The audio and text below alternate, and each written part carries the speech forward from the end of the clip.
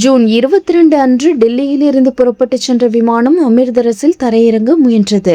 அப்போது தரையிறங்க இயலாத சூழலால் அந்த விமானம் மீண்டும் மேலே எழுந்து வானில் பறந்தது. அப்போது அத்தேரிக்கு அருகிலுள்ள பாகிஸ்தான் வான்வெளி எல்லைக்குட்பட்ட பகுதியில் சிறிது நேரம் பறந்து பின்பு இந்திய வான்வெளி பாதையில் நுழைந்தது. சமீப காலங்களில் அப்பகுதியில் வான்வெளி கட்டுப்பாடுகள் மற்றும் பாதுகாப்பு நடவடிக்கைகள் தொடர்ந்து தீவிரமாக கண்காணிக்கப்பட்டு வருகின்றன. இந்த சூழலில் இப்படியான ஒரு சம்பவம் நிகழ்ந்திருப்பது கவனிக்கத்தக்கதாக அமைந்துள்ளது.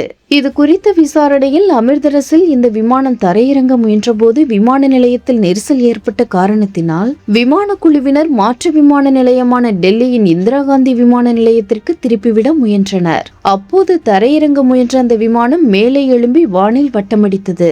இந்த சம்பவத்தை உறுதிப்படுத்திய ஏர் இந்தியா நிறுவனம் அமிர்தரஸில் AI479 விமான குழுவினர் தரையிறங்க முயன்றபோது ஏற்பட்ட சிரமத்தின் காரணமாக அவர்கள் வானில் வட்டமடித்தனர். அப்போது பாகிஸ்தான் எல்லைக்குள் 2 நிமிடங்களுக்கும் குறைவான நேரம் இந்த விமானம் பறந்தது என்பதையும் தெரிவித்துள்ளது. மேலும் இந்த சம்பவம் குறித்து விமான போக்குவரத்து துறை ஆணையமான DGCAவிடம் தெரிவிக்கப்பட்டுள்ளது. மேலும் சம்பவம் குறித்து விசாரணை நடந்து வருவதாகவும் தகவல்கள் வெளியாகியுள்ளது.